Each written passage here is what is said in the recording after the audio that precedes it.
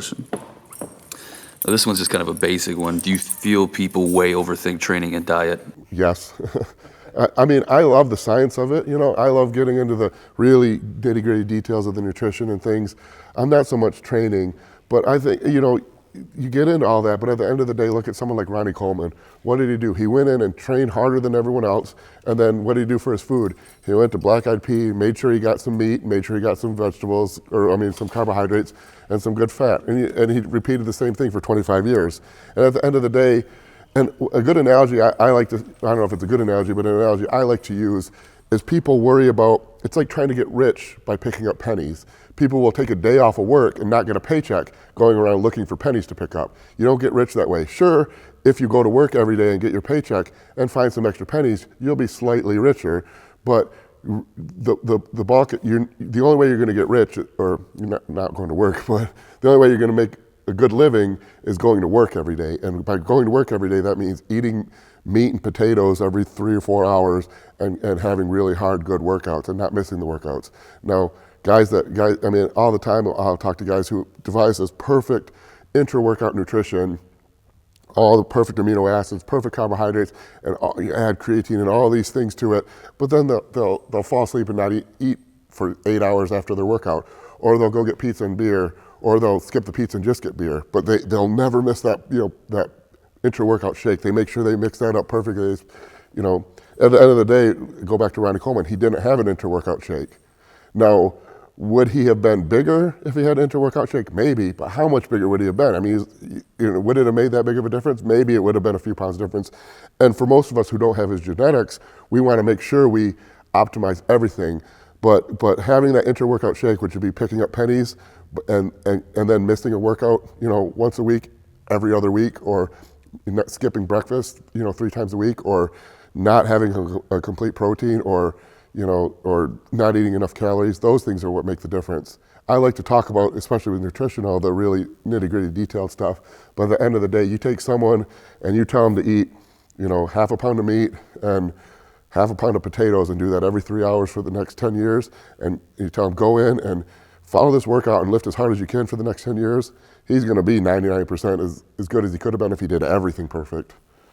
I think people tend to want to try to major in the minor things because doing the major things are simple, but they have to be consistent and applied over a long period of time, which actually makes it harder to do.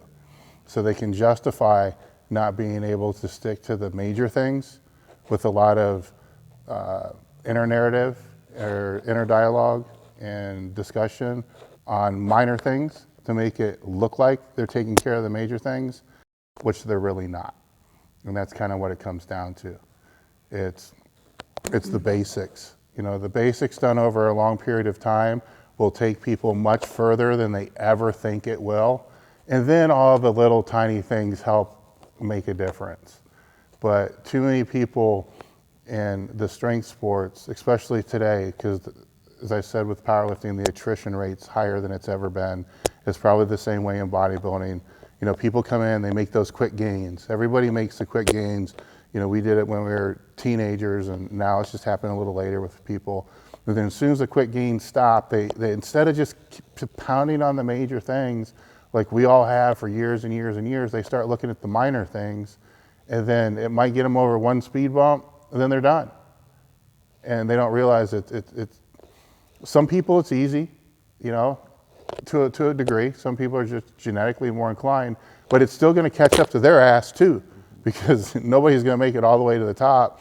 And people can say what they want about Phil Heath. The fucker still got to be showing up and doing what he needs to do to be able to get into shape to be able to win the Olympia, you know, or whatnot. If I go back, I have to keep going back to bodybuilding because that's my bread and butter. But Paul Dillette was notorious for not training that hard, or you know, people would think he was lazy. And I've talked to a couple people who knew him, and they would say that the one thing that he never, ever, ever messed up on was his diet. So he might go in, people thought he was a lazy trainer, but 365 days a year, they'd go to a restaurant, and he wouldn't order off the menu. He'd get you know 10 ounce steak or 10 ounces of ground beef and 2 baked potatoes, and it could have been, you know, Paul, you haven't worked out in 3 weeks, or or you train like a pussy. But they said that was one thing he always did, and that's what you'll find with a lot of guys. Phil Heath is another guy. People, he gets.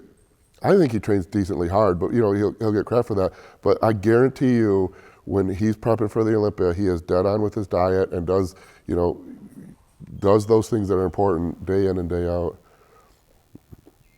I see the same thing in powerlifting. I mean, I train at a gym that doesn't have a lot of powerlifters, but I see so much paralysis by analysis with young guys that come in and they read, training with bands and kettlebells, and you'll see these guys that have maybe a 185-pound max he'll go 2 weeks without benching because they're doing all these, bamboo bar lifts with kettlebells and bands and all this specialized, dialed it. They don't even know what their form is on a squat yet. They haven't even perfected that, but they got, every squat workout is done with, Cayman bars or whatnot. It's very apparent with powerlifting. All you need to do is go on Instagram.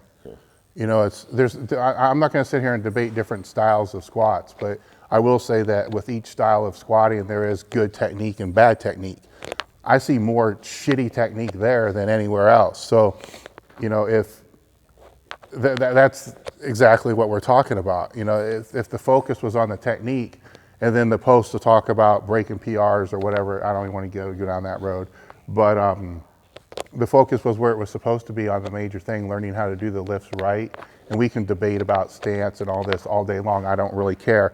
As long as whatever style that you're using is done with the most optimal technique, I have no problem, But it's not being done that way because the focus is being put on the wrong areas. So I do think that people make it way too complicated, but just that in itself kind of also implies that they're not taking it seriously enough. Mm-hmm. In other words, you see what I'm saying?